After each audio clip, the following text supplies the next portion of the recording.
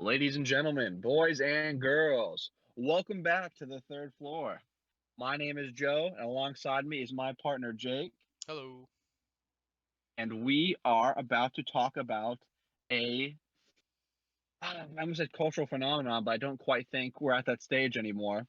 We're here to talk about Hugh Jackman in the first section of this little video and his return or possible return to Wolverine, the character Wolverine in the Deadpool franchise.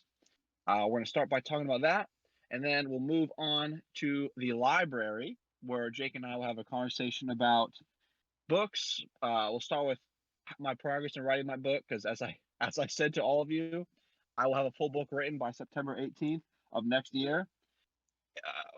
My progress is not fantastic, but we'll chat about it. And if Jake is willing, we might be able to pry some information out of him about his two ideas. How do we feel about that, Jake? Two ideas. I got no ideas. My brain is empty. Oh, Yeah. This is really library episode two. But first, because of this shocking news that we both feel strongly about, we want to talk a little bit about Huey to begin with. Huey Lewis in the news, the Wolverine, Hugh Jackman. oh, So great band. yeah, great band. Because we're old, we like Huey Lewis in the news. All right. So, what, Jake? You just watched the announcement, just like I did, right? We both watched the YouTube videos. Yep, we did indeed. All right. So, I guess the question is, how does Hugh feel about this announcement? I hate it. Ooh, I mean, I like Hugh Jackman as an actor. I like Wolverine. I like Deadpool. And I like the idea of them working together because it's kind of a build up from the first Wolverine and the second Wolverine. mm-hmm. All the inside jokes hinted at this is going to happen as a team up. It's just I don't want to see Hugh Jackman Wolverine on screen again after Logan. That's my biggest thing. Now, is that because you think his story's overplayed, or is that because of the ending of Logan? Like, what's the reasoning? So both. I mean, it's like Wolverine is like a really interesting character. Say what you want about the X-Men Origins movie with like Wolverine. But his backstory is actually pretty cool, you know. Um, Oh yeah. and I think that he was a fascinating character, and I think that they did a really good job making him the centralized character because normally when it's X-Men, it's either Jean Grey or Cyclops, right? Mm-hmm. They're the main two, the dynamic duo. So seeing an X-Man that doesn't really get a lot of starlight. He's a very iconic character, but doesn't get a lot of like individual starlight. Actually, being up on screen and being a main character and kind of like the head of the franchise, that was really cool. Was it done great? No, until they hit Logan, and then they turned it around and they had a beautiful send off for Hugh Jackman as Wolverine in like what is probably one of the best Marvel movies, not MCU movie, but Marvel movies, you know. And the fact that they're bringing him back Oh yeah. just disappoints me because it kind of kills that legacy. It's kind of I kind of feel like the same way as Endgame with Black Widow coming out like a couple months after. You know, you know what I mean? It's just like the character had such a good send off, and then you're just trying to grab some money, get people in the theater to see the movie because you thought this character was dead. Well, they still are, but we're gonna do a movie in the past from when they died, and come and see our film. I think it's just kind of lazy. Yeah, I think that was just Scarlett Johansson be like, you said on my contract you owe me a movie. I get this movie one way or another. And hey, good for her. If they promise me millions of dollars in my own standalone movie, I'd be like, TikTok, Mother Franca, I don't care if I'm dead or I'm not. You owe me this movie. But yeah, the timing didn't work. Yeah, that's how it did work. I would have loved that. Pre-Infinity War would have been way better. I mean, it kind of spoils the fact that she might die, which is spoiler alert as always. But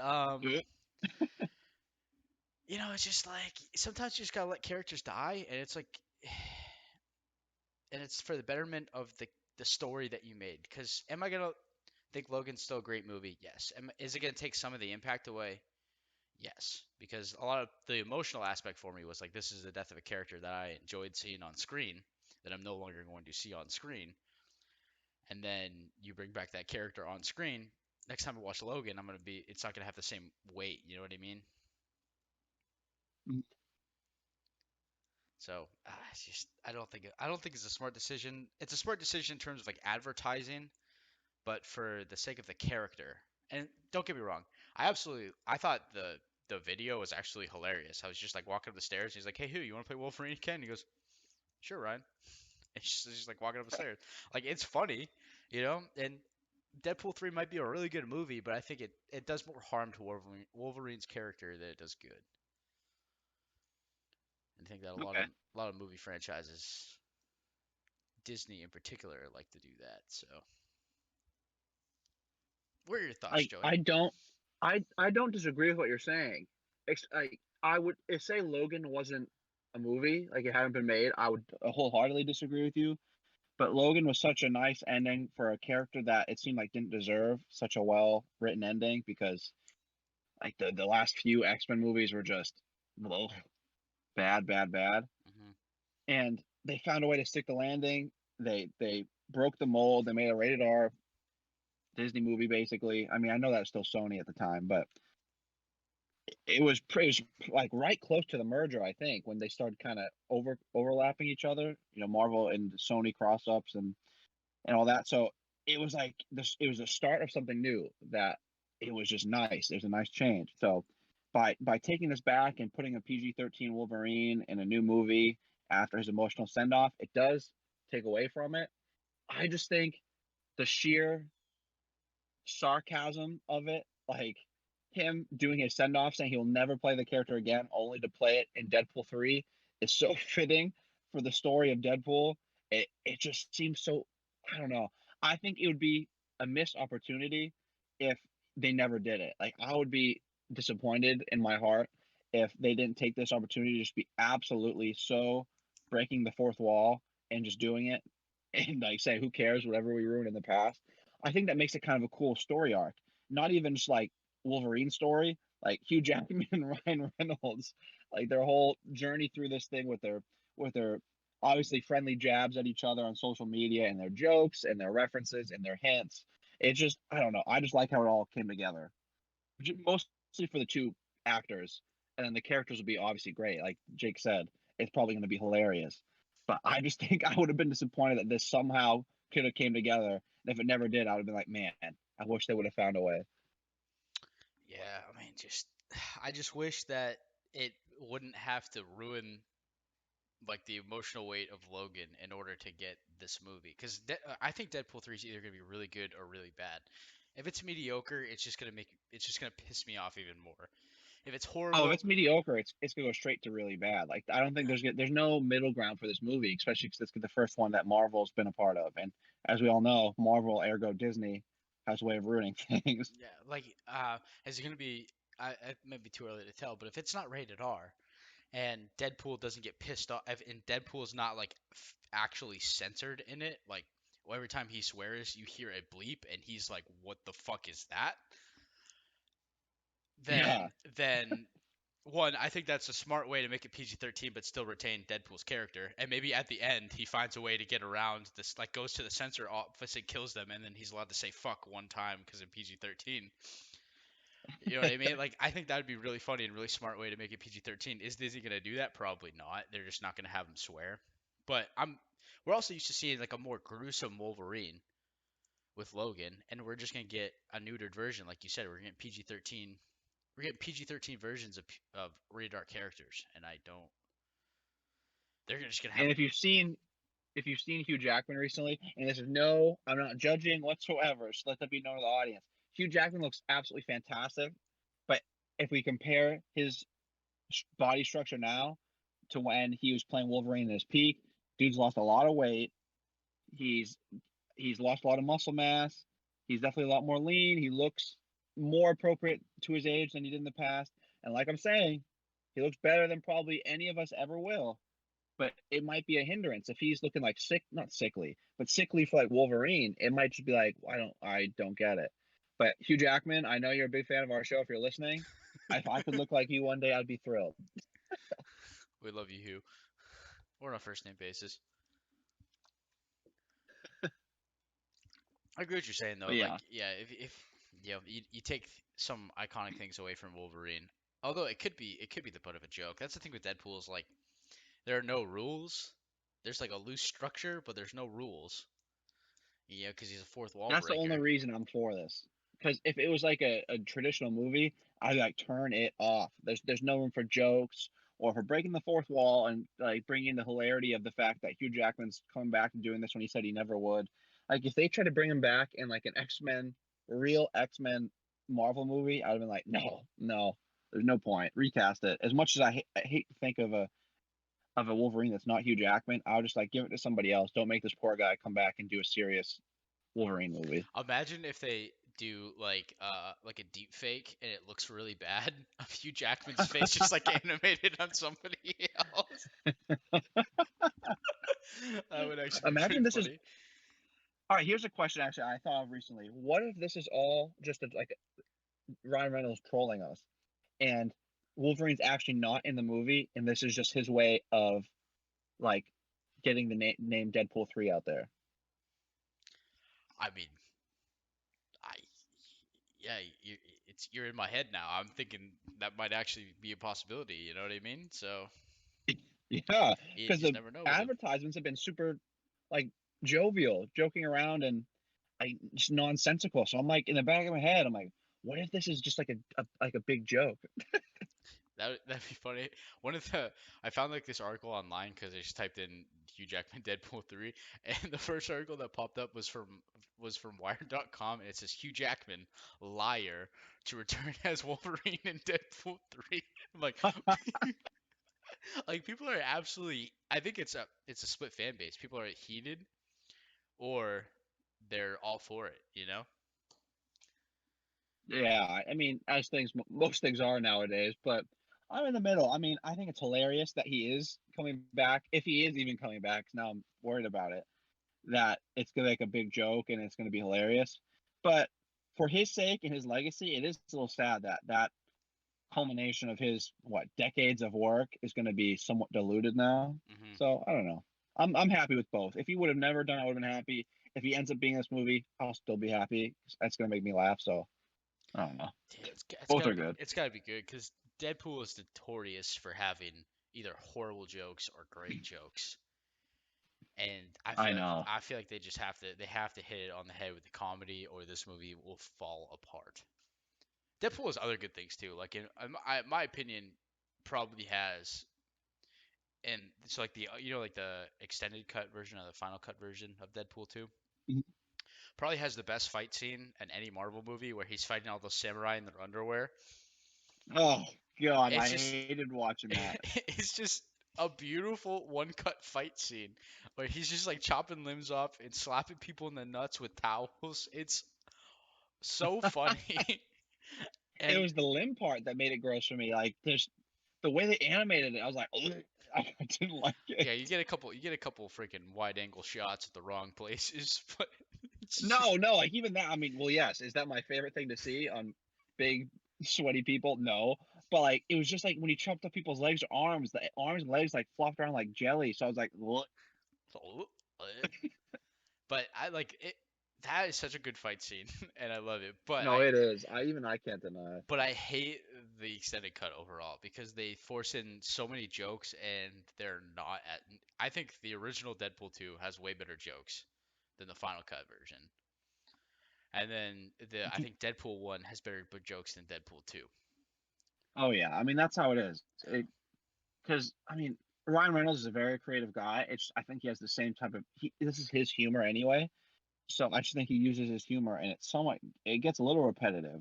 Like if we were to put what was his new movie like Deep Underground or Hmm. Six Underground something whatever when he's like a car driver or whatever, his humor there, and then Deadpool 2, the humor is consistent between the three movies. So if you've seen a lot of Ryan Reynolds movies in a row, and then you watch Deadpool 3, you're probably gonna be like, oh God, this again.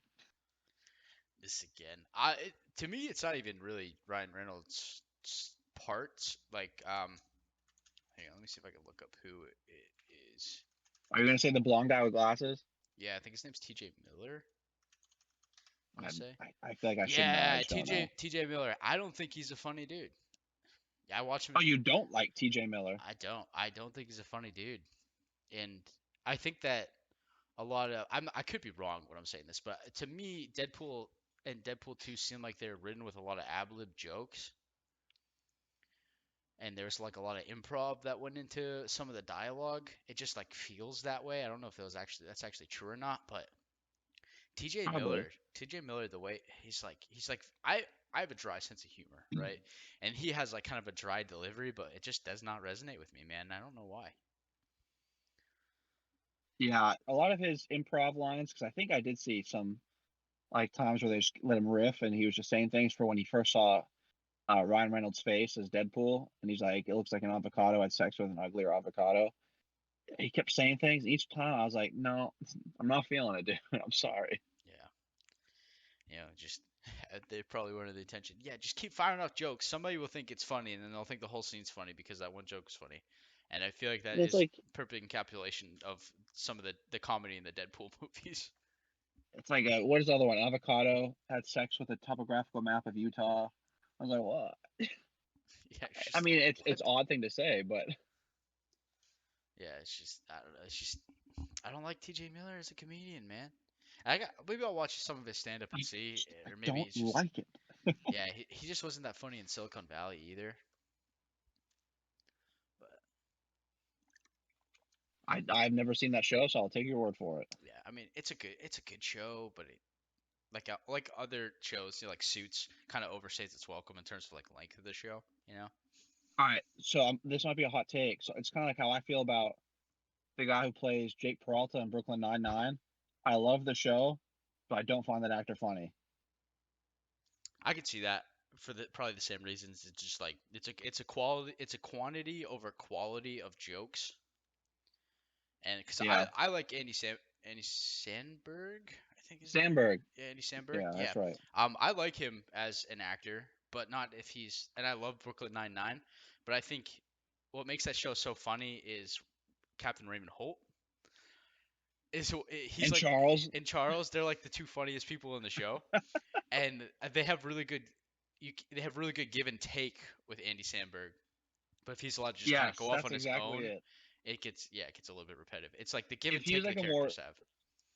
if he was like a more solitary main lead, I think I never would have gotten through the show. So I remember thinking when I first started watching, I was like, man, Andy Samberg is just playing this guy like he's Jim Carrey, and it's like over the top, and like whenever he screams, it'd be like a joke. He's like, no, it made like a weird Adam Sandler noise at the end of it. I was like, oh, I can't watch this. But then as he started getting along with Charles and Rosa and Captain Holt and all that, I was like, oh, okay, I like this.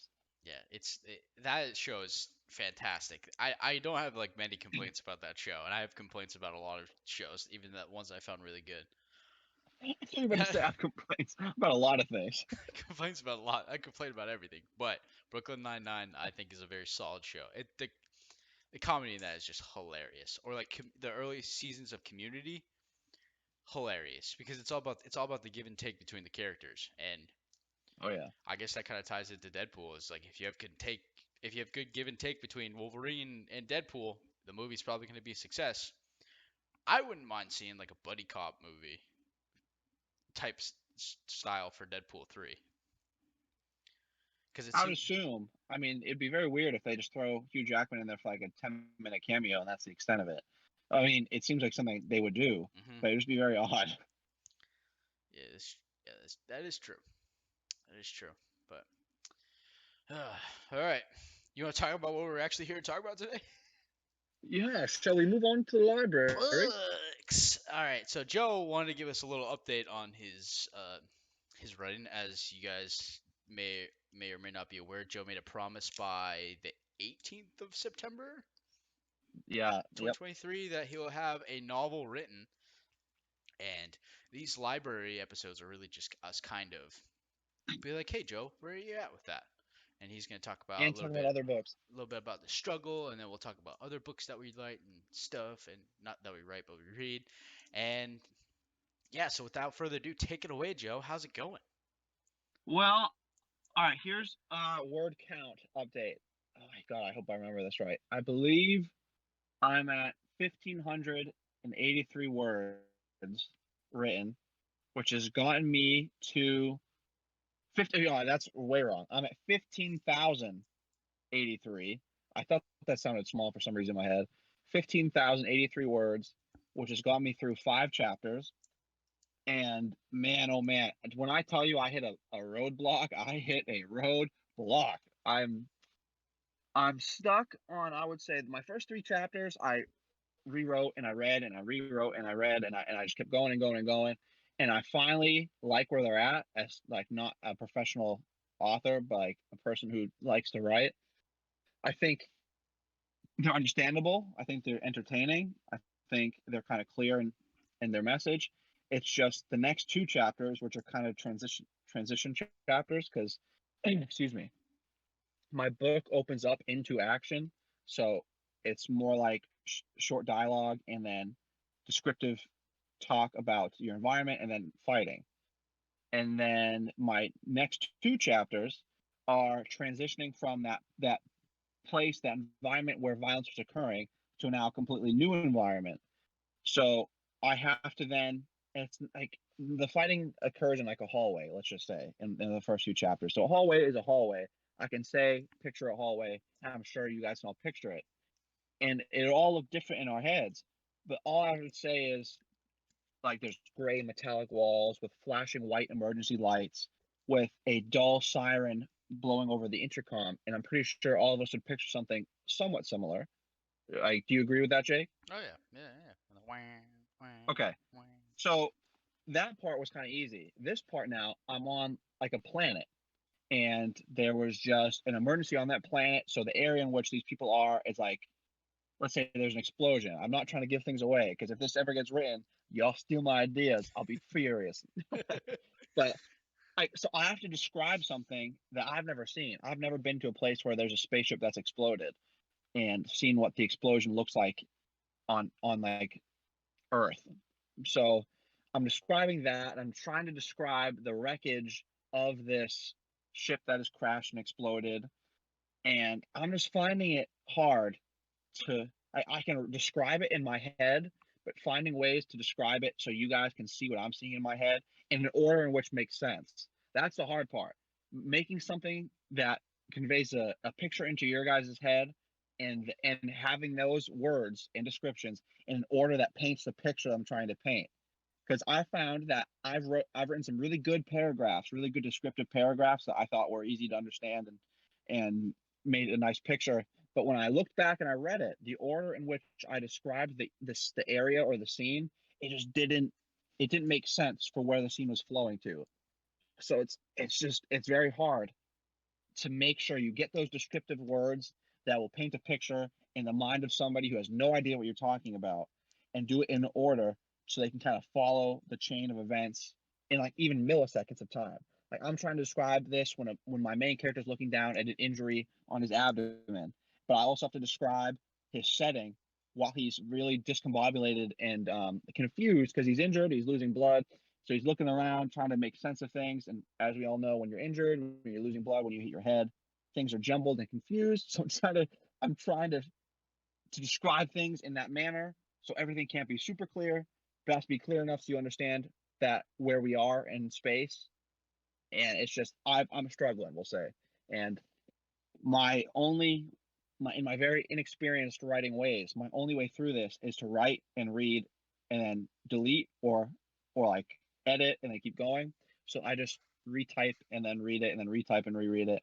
I just haven't gotten to the point where I read it and I'm like, nice, I can move on. And I did that for the first chapter of the book. I did that a lot. I got stuck and I kept typing. Then finally one night I think I just got home from work and I just started typing, and it just felt like the words were being pulled out of my fingers, and it was a phenomenal feeling. I felt like I just couldn't stop because everything was coming out and it made sense, and I just kept going, going, going, and I just feel opposite now. Like the words are trying to shove back into my fingers. It's like no, gross. You will not write. So I'm hurting a little bit with the writing department, but 15,000 words is not horrible. I would like to think. Yeah, dude, that's not bad. 15,000 words in 3 weeks, dude. Look at the pace you're on. It's fantastic. We'll three pretend. We'll three weeks. we'll pretend like This you has been longer than 3 weeks. I'll be we'll honest. pretend it like you started when you said you started, and then All everything right. was Well, pretty all great. right. I did write a lot. of it right around when I said I was going to start. All right, So there you go. I will be fair, but some of it, a little bit became beforehand, just a little bit. Yeah. So it seems like your biggest challenge right now is like creative imagery, if you will. Well, It's like setting. imagery that is shared, like non-shared imagery of things that are not commonplace. Like I know how to describe it. It's just making it in an order that is interesting and makes sense. I think So that's so. I This think is I'm strong with descriptive words. It's just the order I'm not. so. This is like you don't know what parts of the planet to bring up to describe first, kind of thing. No, so like, so the what I'm trying to think. All right, here's the scene. A ship crashes. My main character's injured, and he's trying to take take in the scene around him as he's injured and he's like probably concussed and he's looking around and he's confused and he's trying to be like, where am I? Why am I hurting? All these things, like what are all these metal walls and flashing wires around me? And obviously he's in a spaceship that just crash landed on a planet. And I'm trying to describe the ship as like a wrecked mess, but I have to have enough descriptive words so people are like, oh, this is a ship. It's just really messed up. And then he has to look down and see that he's injured and realize he's injured, and then he has to look back around and take in the environment to see if there's anything he can use to help with his injury.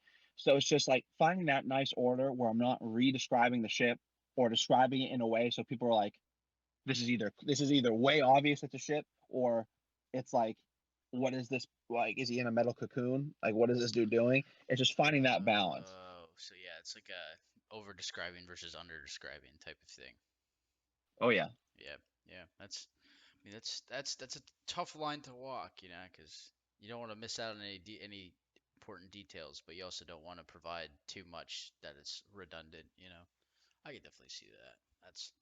But is this strictly like a narrator book, or is there, No, this is first person. first? Oh, it's the whole thing's first person. Well, man, actually, no, I won't say it's first person. I would say it's third person limited. Is what I'll say. Could could you be able, like, would it be in your book any sort of, like, you can listen into an internal monologue or thought process or anything for a character, or is it be like he's just in deep contemplation? No, it's tough to think about now. I think I've written it like this. So I'm saying a lot of he sees, but he sees, he said, he thinks. And then if I say he thinks, I'll put in italics the thought that comes with it. Oh, But okay. I have to preface it with he thinks blank. Okay, there's a little bit of, I yeah, okay. There's a little bit of internal monologue there, which I do like that kind of writing style, because I think it helps you connect to the character a little bit more, because you know exactly what they're thinking instead of kind of what their body language is describing, versus, like, obviously it's different for different mediums, right? So if you'd want to do a little bit more in terms of like a show don't tell in terms of like a movie, but like a book, I think that the more you be able to connect with the character, the more you can envision it in your head, I think the more effective it is. So I do Mm-hmm. like that strategy. So how is that There's like how's there's that going? one scene. Is that What? like is that like easy to go back and forth like that? No, no, no. Because obviously, like I said, I'm not a professional. I think I've taken one writing class in my life in college, and that was like about grammar and stuff, which I'm horrible at. But I find myself switching between. That was actually what I was kind of about to say. There's one scene where people, there's two people looking at each other and they're conveying emotions without saying anything, and it's not like cliche because I literally cannot say anything in this scene. And I describe the person who's not my main character.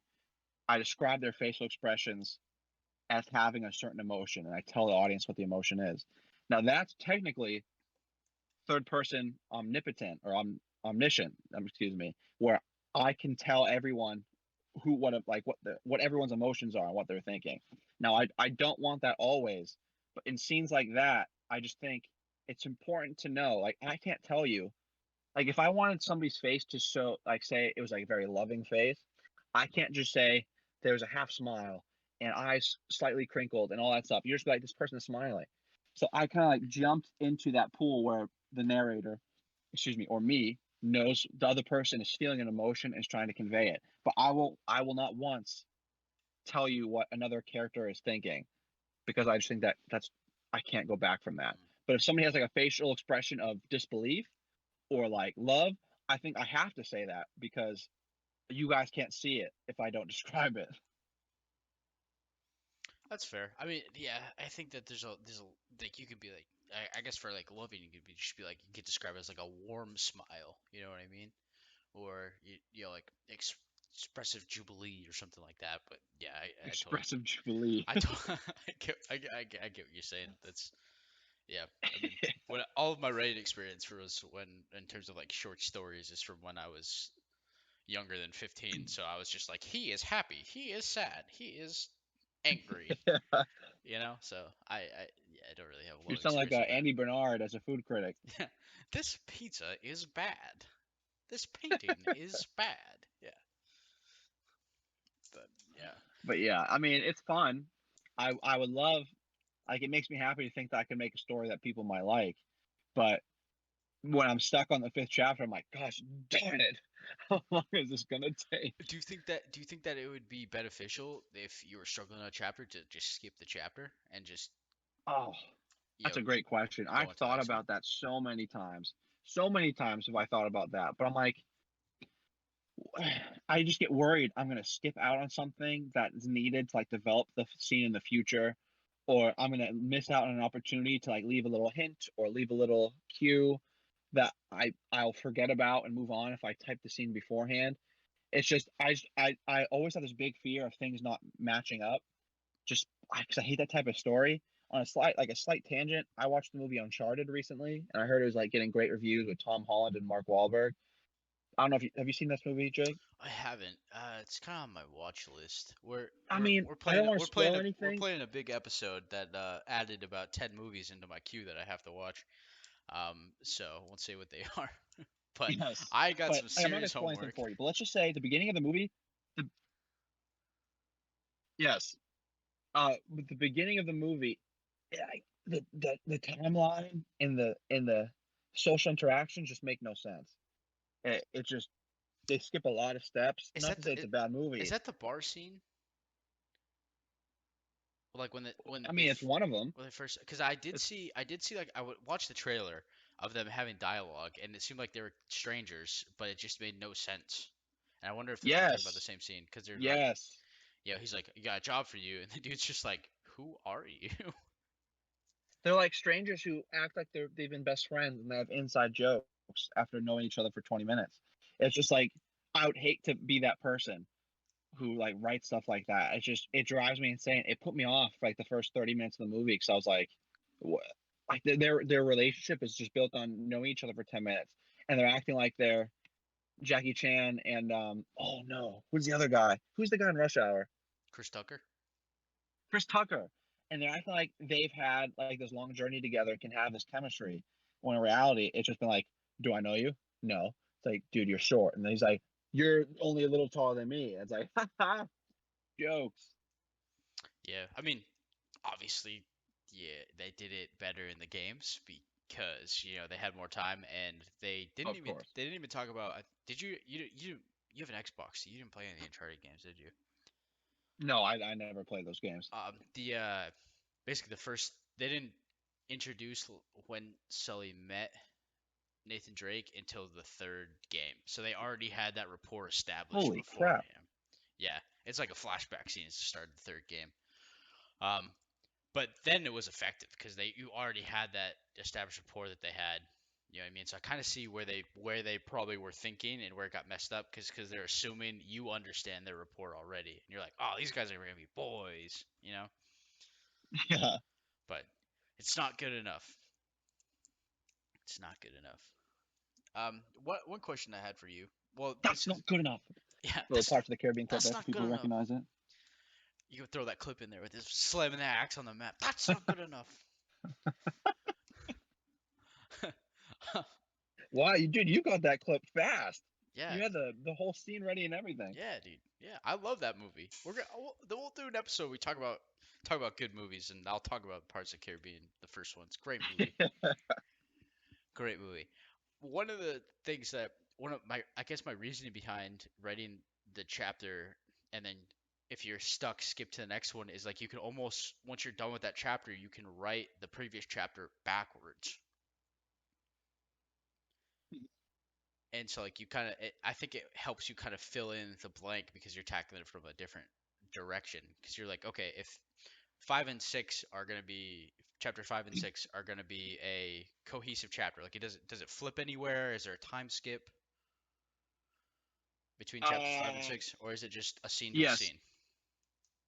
Uh, so between 4 and 5, which is the chapter I'm struggling on, there's a slight time change, but I guess you could categorize it as scene to scene. And 5 and 6 is a slight time change, like maybe a day or two. Okay, but it's not, it's not a dramatic, Oh change. no, like Okay, years, no. all right. Well, I mean, I would say try it, because like if especially if it's a day difference, you just basically be like, okay, at the end of chapter 6, where do I want my character to be? At the start of chapter 6, where is my character? And then right at the end of chapter 5 to set up the character being there, and then just keep moving on and just be like, okay, I have this character set up to go into the 6th chapter. What do I have? Where does he have to do to get to the point I just wrote about? And then you write that part, and then you just write it backwards. And I think it might be, I don't know. It's just like I don't know if that's an actual strategy or if I just made that up in my head, but I mean, it very well might be. I mean, it makes sense in my brain. That's how I Yeah, that's how it's I just would tackle it if I was stuck, because that's how I used to write, essays. I used to start with my introduction, I'd write my conclusion, and then I'd write my body from the ground up. oh dang, you're one of those.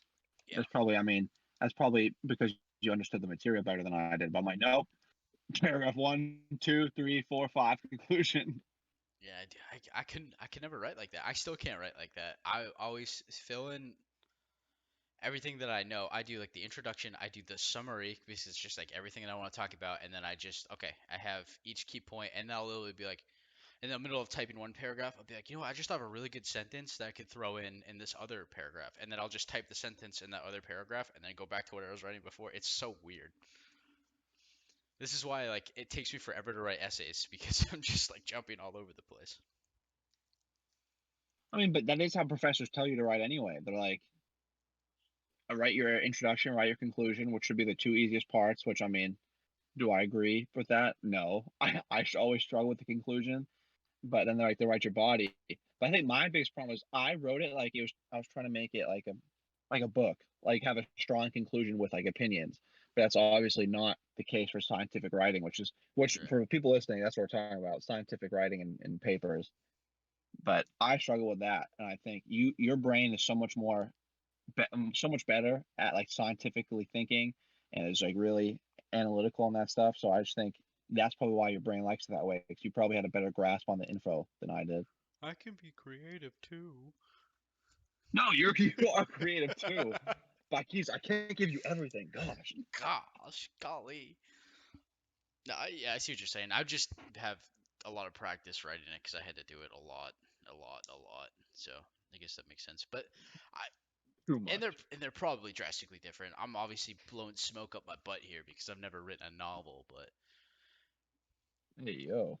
yeah, I don't know. I don't know anything about creative writing. I'll be honest. I just That know what makes two of us. I just know what I like, and just if I were to write a story, I would write a story that I would like, and see if other people like it.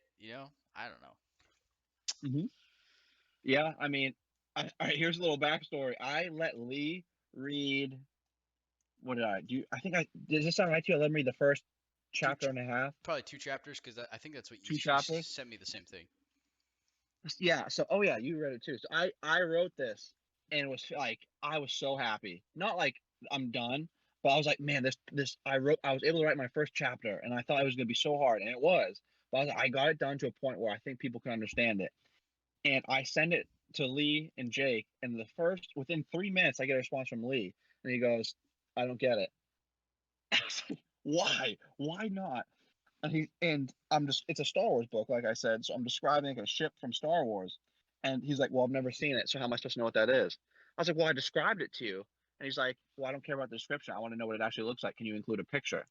So Little that went picture book. from I was devastated, like I was like, he doesn't get my writing, to oh, he just doesn't understand Star Wars, to he wants a picture book. And so it was a wave of emotion for me. like I was so like not hurt, like mad, but I was like so hurt. I was like, my writing sucks. He doesn't get what I'm saying. And then it was just a big wave of emotion. Then he didn't even read the rest of it. I asked him what he thought, like his critique, and he told me his favorite character was one of the side characters that I only named just for fun, so I could think of it later on. And like he said, he had maybe one line of dialogue in the first three chapters, and he told me that was the best character because he had the most involved in the book, and he didn't have more than a single scene. Lee is a busy man. That's It such, also is oh, not that's you. such a him You move won't too. get him to sit down and read a book. I mean, he does not have the patience for it. He barely has patience to watch movies. Yeah, that's true. I used to live with Jake, I what did? used to live with I used to live with Lee, and it was a lot of, like we'd be an hour into a movie. He's like, all right, I'm gonna go to the bathroom, and then I just wouldn't see him for like another hour. I'd finish the movie, and he'd be just sitting in his room on his phone, and I'd be like, what is going on? Unless it was a Oh, you yeah, know unless it was, yeah. unless it was a superhero Marvel movie, he would be glued to the screen. But anything outside of that was a little tough. But I read the All right, chapters as so well. here comes the tough love. Yes, that's what I was about to ask. What did you think about the first two chapters, which they have been edited for everyone, by the way? They have been edited since he got the first draft. Oh my god, dude, it was so long ago. I'm gonna have to reread them. Maybe it'll be an episode. I'll read up to what you currently have. We'll do that for books three. Okay. But I do remember just a little bit about, the hallway scene was very intense, which I liked, and I think I had a couple, just like I had like a couple of things that about the orientation and where characters were, but just Yes. it was really minor things. I didn't think that there was anything that was super unclear. I didn't think that anything was. I was never confused, and I was able to like make a little mini movie in my head about the scenes that was going on, because I think it just ended there. It was like the hallway scene, and then that's where chapter 2 ends, right? Yep. Yeah. So Uh, when I first wrote it, yeah, I think chapter two ends now a little earlier because I expanded chapter two a whole lot. Oh yeah, now I remember why. Chapter two, guys. When Jake read it, I was stuck then almost worse than I am now because I was trying to describe a really complex, not complex. I was trying to describe something that has very redundant wording. Is what I'll say to you guys, and it's something that oh yep. we have all been in a building. Like we have all been in this type of construction where there's like a joining of hallways. Let's just say it's more complex than that, and there's no orientation left, right, center, up, down because you're in space. So it was very hard to describe something so similar in so many different ways. So I remember I had Jake read it, and I was like, "Listen, just understand this is this this is." I didn't give him too much because I wanted to see if he could get it. But I'm going to say this word a lot, and just tell me where it's most confusing. And then he told me where I struggled. But do you remember how rough that was at it, first? it's tough because the environment that you have to use the same word to describe it. And so it was just like a lot of that same word over and over and over again. Oh, And but it's tough. I think that that scene is going to be very hard to write, you know, but that would be a very easy scene to understand if you're able to put, the right words into it. So I can't even remember. yeah. I couldn't even remember what the word was. Remember the what? I can't even remember. I can't even remember what the word was, to tell you the truth. Was it Um. wall, or was it? Oh, so there are two words technically. It was hallway and wall. Yeah, yeah, okay, yeah. Right, so I'm about to get roasted. Wall means something different than what you're thinking. It's not just literally a wall, even though in once or twice it is just literally a wall in a building. But there's another meaning to the word wall in this situation. It'll make sense if I ever make this book that's able to be read. So don't roast me. Well, Like it's just there's a wall to my left and a wall to my right. I am in a room. hang on. Let me. What are the two? What are the two? What are the two definitions of wall? Maybe I'm stupid too. I just thought it was just one No, word. no, no, not definitions. But do you remember why? Don't say it out loud. But do you remember why I was saying wall so much? Yes, I do. Yes. So like I'm just saying like Maybe you can. I'm not just describing the sides of a hallway. Maybe. we'll talk about it after. I think there are a couple of words that maybe. Oh, maybe you did already. Did you pick a I different threw word? in one. Like, Yeah, we'll talk about it when yeah, we're off. But yeah, I threw in one other word that kind of helps up. But if you have any others, we'll definitely riff off. yeah. And send me the chapters. All right, I'll read them. Show me what you got. Show me what you got, dog. So overall, Joe's 5 chapters in, and do you have the whole story already planned out? Oh yeah, I have the first two books already storyboarded, done. All right, not storyboard. I can't draw. I have them written out. We'll say I have the plot lines written out. What do you do? So I guess what was one of the strategies that you use to actually plot out a story? Do you do this thing? I think that I would imagine it like a concept map kind of thing. But how do you Yes. do? Is that what you do? Yeah. So for people who've been watching our videos, which God, I mean, if there's one, I'll be stoked. Yeah, you're the I best, threw whoever it is. in I threw in a story arc image when we were first discussing it in the library episode 1, I think, where you have a straight line, then a little blip, and then that big arch. You go down, a little blip, and then the movie ends with like a slightly raised line. I drew one of those on a notepad, and I was thinking I started with what type of characters do I want to see.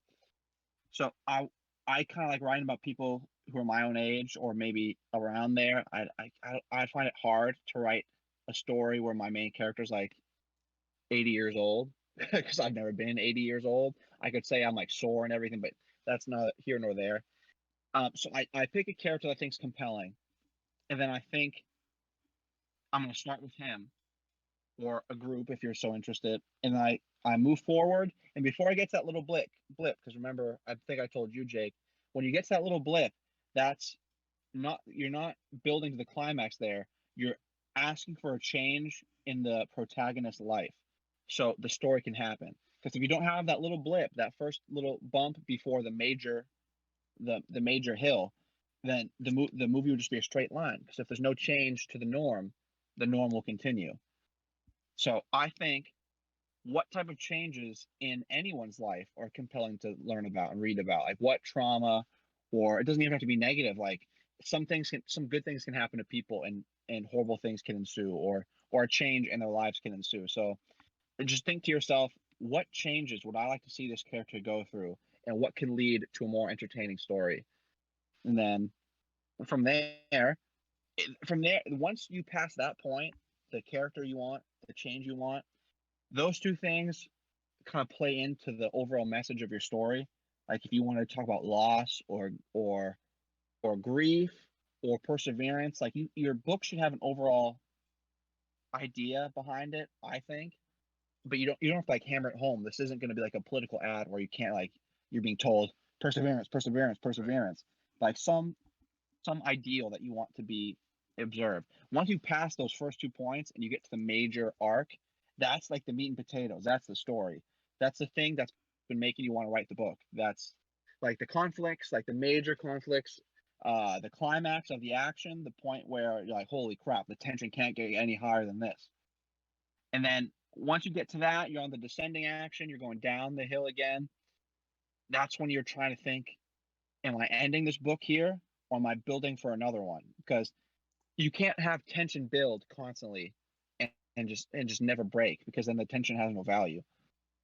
So you're going down. If you're planning on writing another book, you're setting the pieces in motion for that other book to kind of be in the reader's mind, and then you end with a little blip there. Probably is like a hook to get people interested, or more likely a resolution to the problem that was initiated in the first blip. We'll say I'll put another picture over this once you guys understand.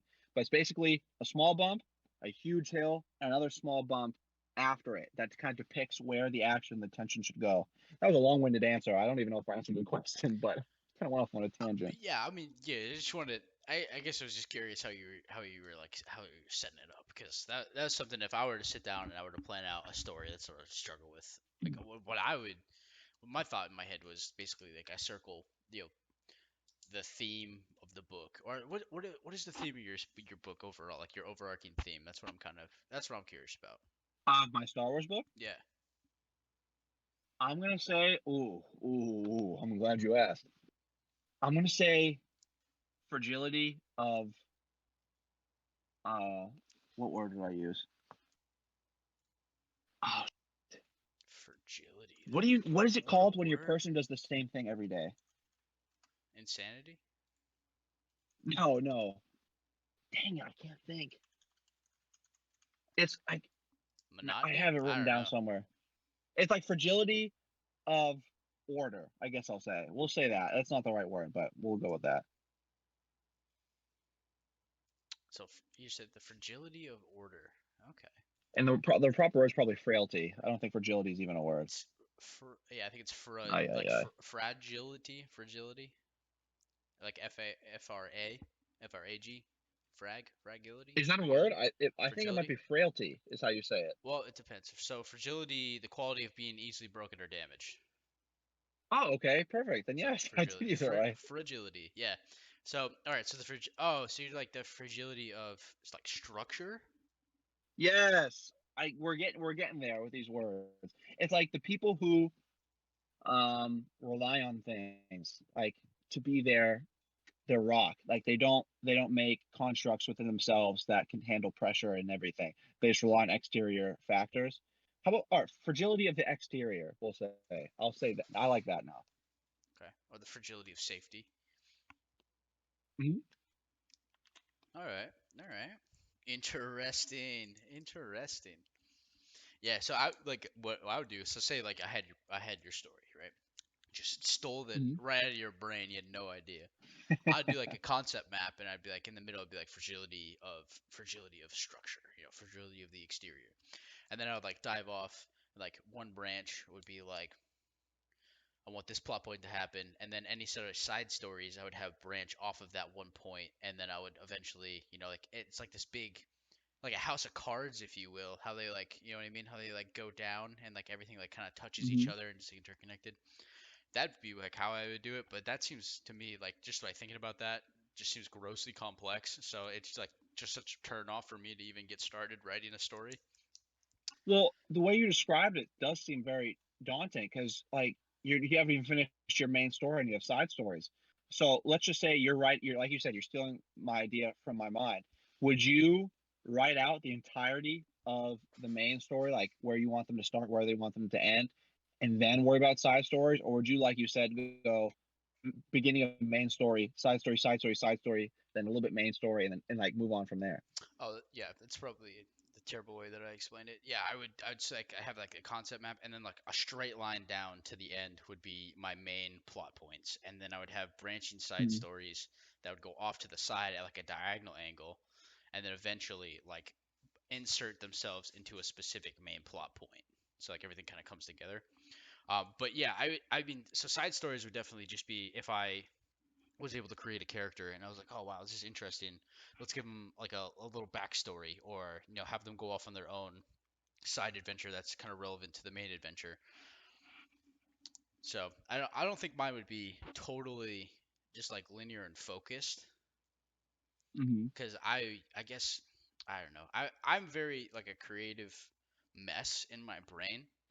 How I'm like I have a cool idea. I run with it for like X amount of time, and then it sparks another creative idea, and then I run with that for like an arbitrary amount of time, and it sparks a new idea. So it's like there'd just be like lines all over the place, and they wouldn't intersect, and it ended up just looking like a freaking 2-year-old just like scribbling lines across each other with like two pens, one in each hand, just like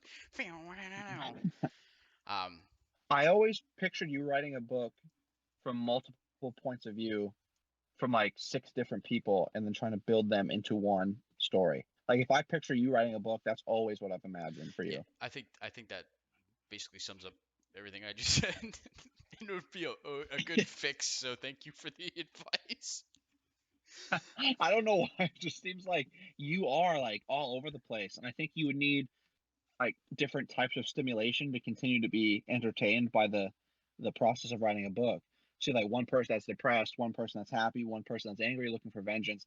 So you get your fix of all these different emotions because you like you're a big fan of compelling stories. So I just feel like I see you just being like, this paragraph is in the point of view of Joe. This one's in the point of view of Jake. This one's Lee. This one's Justin. And we're all gonna have them meet towards the end, and then we'll do something fruity together.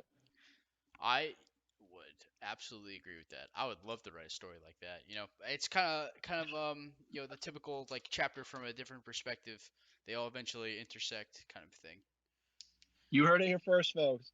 Jake will have a book written by September 18th, 2023. I will promise you, I will have a book written September 18th, 2035. I will have a book written. No, Hold but him to it. I'll Hold him to it, hold them to it. guys. I think I can do it. 13 years. Yeah. One chapter a year, baby. You'll be halfway there. Oh, Kind of one short chapter a year. story. That's a very realistic goal. Very realistic goal. Chapter a year. Just make it really condensed. Oh my God, those would be some thick chapters. They say it's like a 500-page book. That's going to be large. I can 500-page book. I can fit that into 200 pages, easy. Just write the words in really small font. Oh my God, that'd be a nightmare. Yeah, maybe I will give writing a try. Joe, you've inspired me to consider thinking about it.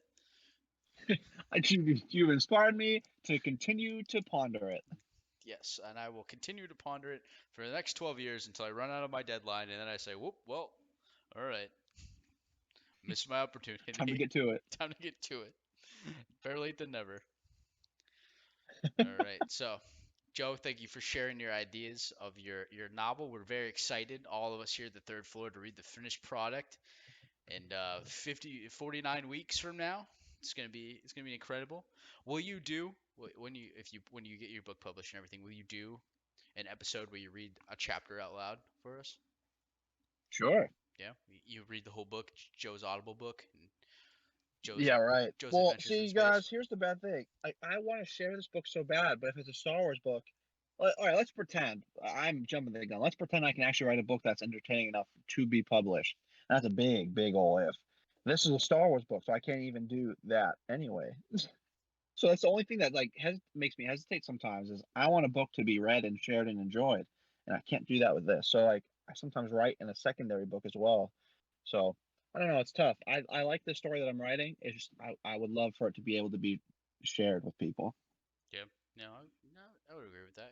I would just if I were a book too, I think I would be bedazzled by the accomplishment that I was able to actually write a book, and then secondary that I would also want people to enjoy it. But different strokes for different folks, as the youth says these days. That's the youth. All right, Joe. Any one-liners for the fans at home before we go? Well, I hope you all enjoyed this episode. I know we did. I think I, if any point I was super long-winded, which I think I was on a lot, I will definitely try to sprinkle in some pictures to make sense of my rambles. So sorry if I talked y'all ears off today. Hey, that's what it's all about. The two viewers at home, they listen to it for us. It's probably our parents, to be honest with you. I know. I was Just, just to say we're so proud of our boys. they're famous. They're famous. All right, thank you guys again for everybody that's listening at home. And Austin, remember if you're listening to this, fuck you, and we'll see you guys in the next one. Thank you for tuning into the third floor. And again, any suggestions you guys have of what we can talk about next, you guys have a book that you want to recommend that Joe and I can read and talk about, throw it in the suggestion box, comment section, anything. We'll take a look at it and we'll see what it's all about. All right, thank you guys for watching. See you in the next one. Adios.